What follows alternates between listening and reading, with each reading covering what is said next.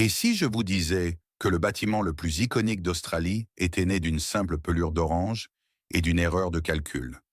Plongeons dans la découverte et les secrets les mieux gardés de l'Opéra de Sydney. L'histoire extraordinaire. En 1957, l'Australie rêve grand. Construire la plus impressionnante salle de spectacle au monde. Un concours international d'architecture est lancé. Contre toute attente, c'est un jeune Danois inconnu, Jørn Hudson, qui remporte le projet avec un design révolutionnaire inspiré d'une pelure d'orange. Le chantier titanesque débute en 1959. Les travaux, estimés à 4 ans, vont durer 14 ans.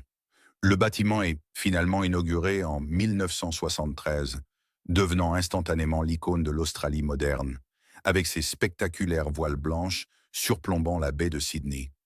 Les secrets stupéfiants, les coquilles emblématiques, une erreur de calcul.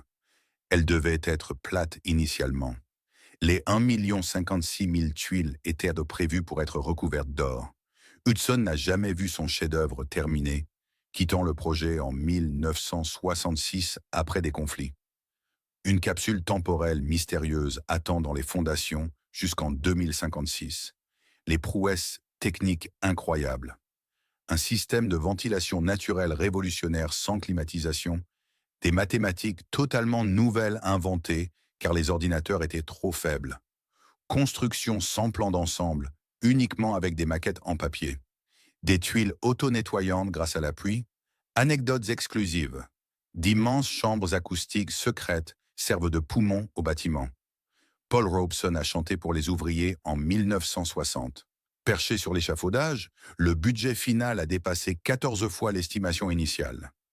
De catastrophes annoncées à chef-d'œuvre mondial, l'Opéra de Sydney nous rappelle que les plus grandes réussites naissent parfois du chaos. Ces voiles blanches continuent de nous murmurer que l'impossible n'est qu'une invitation à rêver plus grand.